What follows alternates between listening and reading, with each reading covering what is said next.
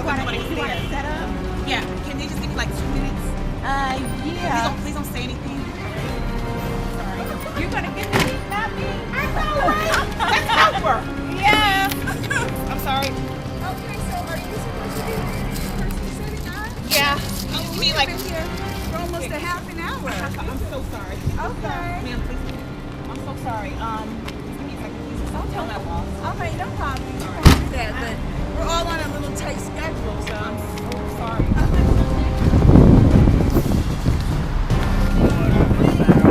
Actually, a little bit.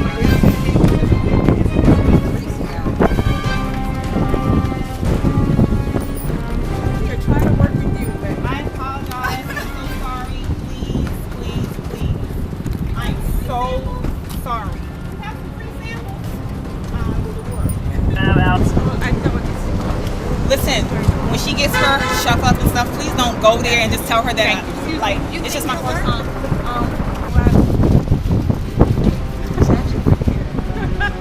it is. I mean, I'll give you an 8 with her taste, but the presentation part of it, I don't know. Please don't tell her.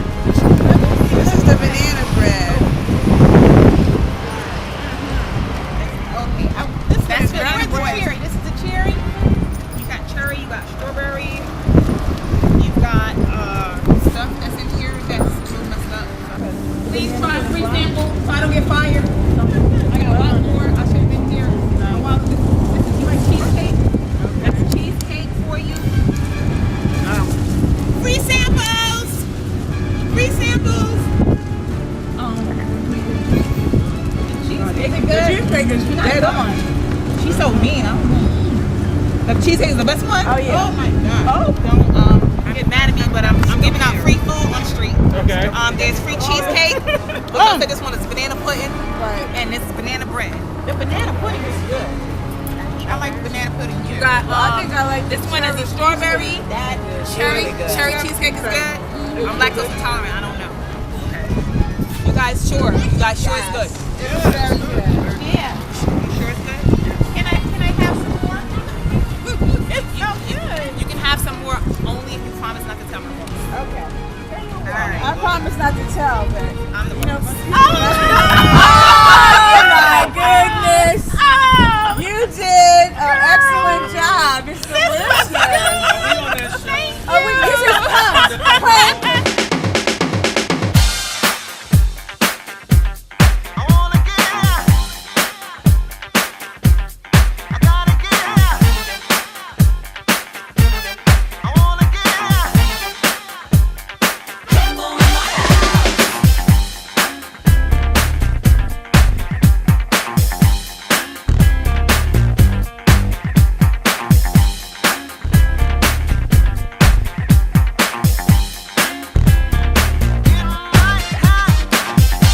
Hello and welcome to All Things Newark.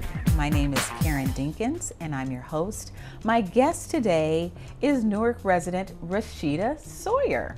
Rashida, welcome to All Things Newark. I'm glad you can be on the show. Thank you, Karen. Thanks for having me. Yes. Now let's talk about this, Rashida. For 2 decades, you have been working as a paralegal, working in what trades? Trademarks, IP, Trademarks. yeah. Right. But there was another calling you felt that you had on your life. Yeah. Can you talk to me about that? Sure, definitely. Well, I have been volunteering in the city of Newark since my husband and I bought our first home in 2014.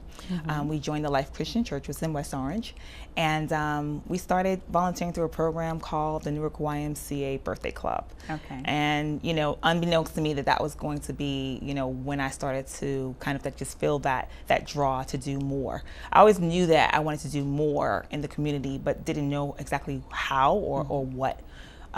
So started volunteering with under someone else actually, and she kind of passed the torch to me unexpectedly. And since 2015, I've been blessed to lead a team of volunteers through my church to host birthday parties for the residents of the Newark YMCA Newark YMCA Emergency Residence Program. Okay. And we also do like big events every quarter. We just actually last week had Easter egg hunt. Nice. Yeah, it was supposed to be in Military Park. We do it in Military Park every year, and it rained. And so we were like, we don't want to like postpone it again because we postponed it already. So we did it in their gymnasium, and it still came out really great in January for MLK Day. A lot of people do service days for that. We had our very first annual Bounce for Brotherly Love, where we had a basketball fellowship with some of the at-risk teens there, a part of their, there's a program there called YES, and there's another program there called ERC, which is Evening Reporting Center. And, you know, we just wanted to just love on them. So everything that we do, we just try to do that. And that has basically led me to just feel like, you know what, this is something that you should be doing full time. Okay. And what did it take for you to launch or pull the trigger to get to that decision? Because you had a check coming in, a steady check. So the funny thing is, you know, people that kind of like know me, I wasn't like Princess Tiana from The Princess and the Frog, you know, growing up saying, I just love to, you know, cook, and I just, you know, I love to bake, and I'm going to open up my own restaurant one day. That was not me. That was not your ambition. No. Okay. But, you know, just in feeling that call to, you know, launch out on faith and start working full time in the community, I didn't really know what it was that I was supposed to do, but I knew that I knew how to make cheesecake. And last year, my daughter and I were going on a mission trip to Ghana with, there is a nonprofit organization called the Dot One Village.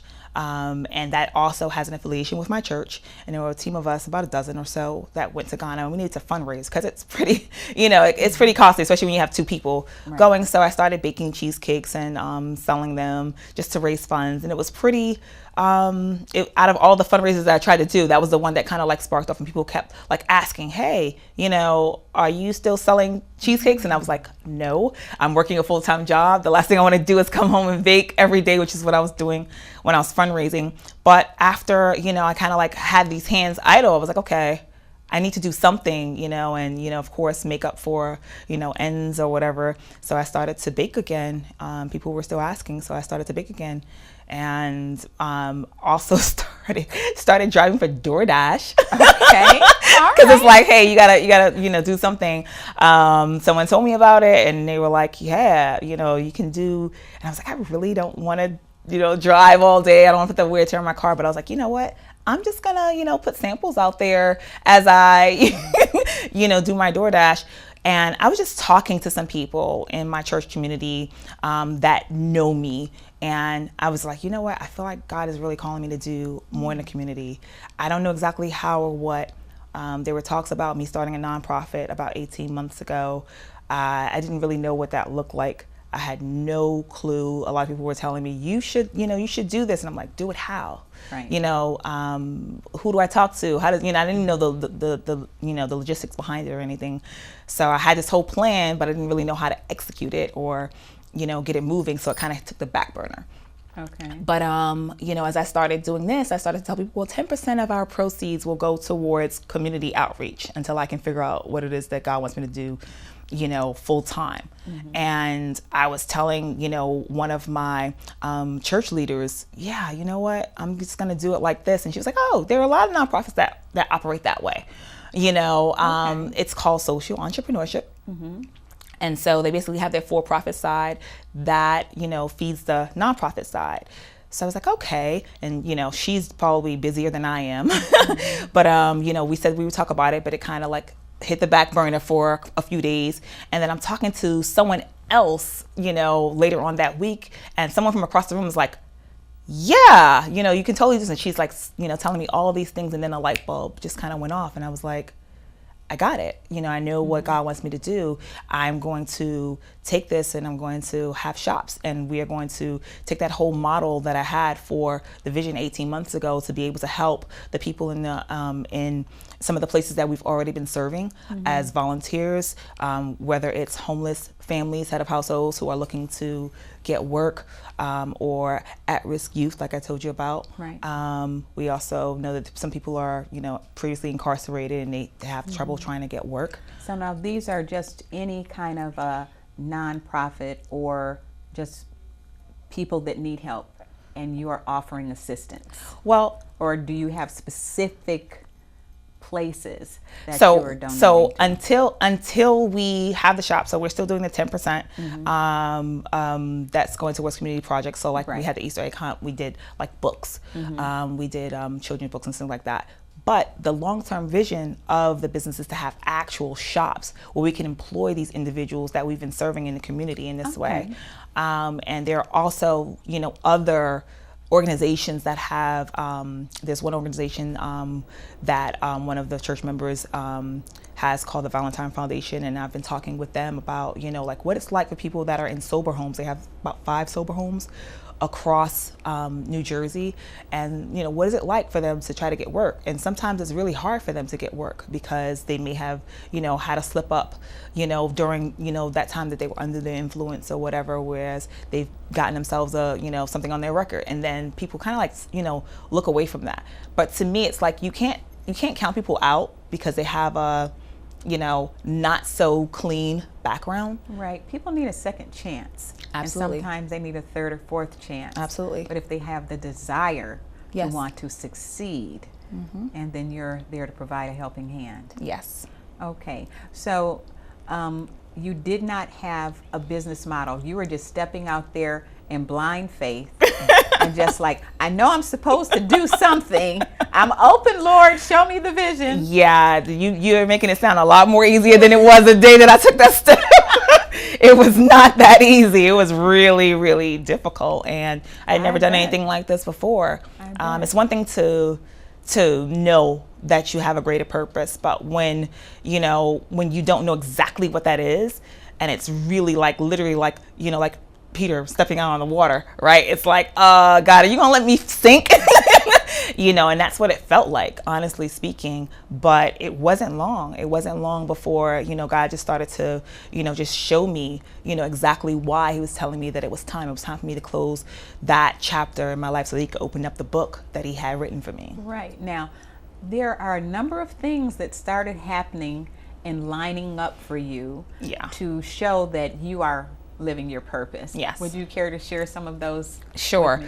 Really, I always say to people, things kind of went from like 0 to 60 really fast. I want to say, probably within a week or two of the business forming, doors just started to open out of nowhere. Right now, I am partnering with a restaurant in Bloomfield called Bennett's Breads and Barbecue, where I utilized their commercial kitchen, and they didn't have a dessert menu. They were focusing on the food. They had a dessert menu previously, and they were focusing on food. So we've partnered together so that I was able to utilize, their kitchen to provide single servings to their customers, and also take on other things. I did a wedding expo out of the blue. Yeah, that was, I don't even know, like my days are meshed. So I did a wedding expo with a very good friend of mine who is also, I call her my co-baker, and another supporter, Diana Ruette Baez and Tess Jacob Lewis, Teresa Jacob Lewis. They kind of just like got behind the vision and just helped out. She's also baking products so that when we have big events, we can have cake pops and different things like that people so love. And, Tess has just been, really supportive behind the scenes with just like pulling information on, business, information that I may not know. And my goddaughter, Nicole Robinson, she's been like, okay, I'm working full time, but I'll help you in any way that I can. And just like, nice.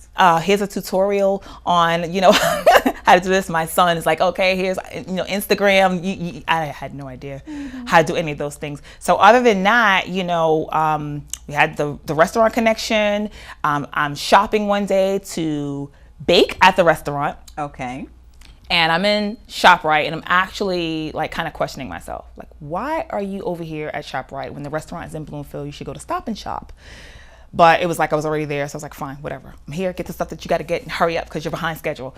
And I'm just, going down the aisles, and I've got all the stuff in my cart, and there's this lady, and she's like, like she's looking at my cart, and she's like, somebody's making cheesecake. And I was like, as a matter of fact, I am. And then I just get diarrhea of the mouth and start telling her my whole business plan about how, this long-term vision is to have shops that would employ, these people that are often overlooked due to their, less than perfect backgrounds. And I'm talking my head off, and it's literally like 60 seconds, but it felt like I told her like my life.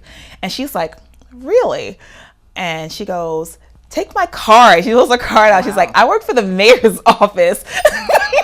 And she's like, what you're talking about is directly in alignment with what Mayor Ross Baraka is wanting, for our Newark residents, that empowerment. And I was like, okay, God, and she said, give me a call and follow up. I followed up with her maybe a week later, and I emailed her a little backstory, and I said to her, hey, I'm just following up with you. And she says, well, can you she says, call me. I call her, she says, can you bring some samples? I'm going to introduce you to some people. And I'm thinking, okay, great. I'm going to get introduced to some people that's going to help me to figure out what I'm going to do business wise, and, how I can get a shop in Newark and all these things. All and that. she has all these people there, and they're like tasting everything. I don't know why, but I started baking like everything I could think of, and I'm like I've got like 5 different things there for them to sample, and they're eating it. And she's like, she should be a part of the mayor's cook-off.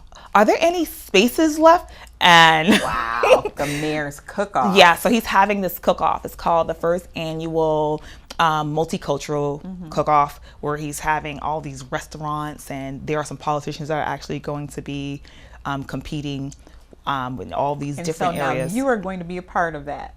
Just out of the blue, shopping at the wrong grocery store. Yes. She's like, amazing. is there a spot for her? And they go, one spot. Someone literally had just pulled out that day. They said one spot. And so, okay, so how does she audition? And they were like, she's in. Like, do you taste this stuff? Divine intervention. Divine. So I know that, I'm living my purpose, because there's no way that I could have orchestrated any of the things that have been happening to me. Everything is just falling into place Yep. and serving as confirmation that this is what you're supposed to be doing. Yes. Now, how does your family feel about this whole thing? What did they say when you said, oh, by the way, family, I want to quit my job and start baking full time? Well, it wasn't that simple. It was like, when I quit my job, I didn't have the plan to bake. I didn't know what the plan was. It was literally like, and it was a very long and difficult conversation. Why bet? Yeah, and that was when, of course, with my husband, it's like the kids, you got to get in where you can fit in. So, for like weeks, and I had been ignoring it and kind of like, devil, you a liar. Like, and it was like one day I was like happenstance listening to some audio on my computer at work, and everything on that audio was saying exactly what I had been thinking for 2 weeks. And I picked up the phone and had that hard conversation with my husband. I was like, I know this is going to sound super crazy. Believe you me, I know it sounds crazy. I've never done anything like this in my life. I always tell people, you never, quit a job unless you have something lined up. And, you always give people notice. And, I call one of my attorneys in, and he's like, you what? You want to do what? And he's like, you sure you don't want some time to think about this? And I was like, I've never felt anything like this in my life, And so my husband literally did a 180 on the phone, and it was like God began to speak through him. And he's been super, super, super supportive. And my kids have been supportive. They were literally, they get drafted, they get voluntold to do some things. I'm trying not to look in the corner over there, because my son is here today with me. I call him, he's a photographer and a videographer, and he's like traveling with his bands. Christian Lawrence, shout out. I'm very proud of him. Nice. And he's like on the road, and I'm like, so can you do this for me, and can you do that for me, and can you go into my Google Drive and do a flyer for me? And he's like, I don't even do graphics anymore, Mom. He's like super frustrated, but they all really pull in, and I'm really, really, really blessed to have them. Everybody is just supporting you in your new endeavor. Yes. I really have to go back to the faith aspect. Yeah. Because that is just so amazing to me, Rashida. I have to say that you had something in your heart that was so strong, and you are so obedient. Scared but obedient. Talk to me about that. I mean, I don't think that I've ever been a person that's not planned. I've always planned. I had a plan for a plan and a backup plan. For those that have volunteered with me through my church, they know that when they come to a volunteer event, especially if it's a bigger one, I'll have spreadsheets with telling everybody, exactly what I'm looking for, and how they should, how much time it should take, how many people I need. I'm just a planner. So for you to tell me to step out without a plan, it's like, that's just nuts. So, it wasn't easy, but I'm a strong believer that when God is telling you to do something, if you listen, then he'll give you confirmation through various ways. And he's been doing that. And I'm really, really grateful. How long have you been a Christian? Oh my gosh. Let me see. I was born. No. Well, I was born, seriously though, I was born in the church. My mom was, she was having me actually while she received the Holy Spirit. I'm serious. I was raised in church. Went on, did my own thing for a while, but the Bible says, train up a child in the way that they should go. And when they get old, they won't depart from it. Well, I kind of did, but I came back. Okay. Right. And then, I stayed in my birth church with my mom for about 30 years. And then went to a new church in Queens called Christ Tabernacle, and really got to form my own relationship with God, away from family, away from everything, and it was just an amazing experience. And then my now pastor, Pastor Terry, he came and was a guest speaker at my church in Queens. My husband and I had already moved to New Jersey back in 2008, and we were still going to church in Queens. And I always say, I say now anyway, that I understand the path that God put me on. He allowed me to come to know him on a personal level at Christ Tab. And then when I came to the Life Christian Church, which we call TLCC, right, I really came to understand my purpose. Because and the crazy thing is that the mission statement is, I just forgot it for 2 seconds and I know it like right, you're kind of on the spot. Yeah. I'm on the spot. No, but I know it. The whole thing about the mission statement, a lot of people talk about the last part of it, which is spreading God's love in ever widening circles. But the first part of the mission statement talks about inspiring people to the life that God dreams for them. So the whole thing is to inspire people to the life that God dreams for them as we spread God's love in ever widening circles. So a lot of people look at the last part and kind of don't really look at the first part. Right. But I'm like, no, I was really inspired to live out God's purpose for me. And, it's just amazing. So now, if anyone is interested in purchasing cheesecakes and things, what would they do? Yep.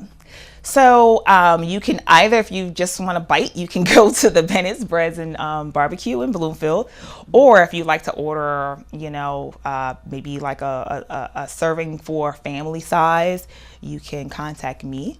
Cheesecakes in the letter N things on Instagram, or cheesecakes@gmail.com, or hopefully the website is under development right now. Cheesecakes the letter N things.com will be up and running pretty soon. And you can also call me. I know a lot of people don't use telephones anymore, but you can. It's 862-505-1995.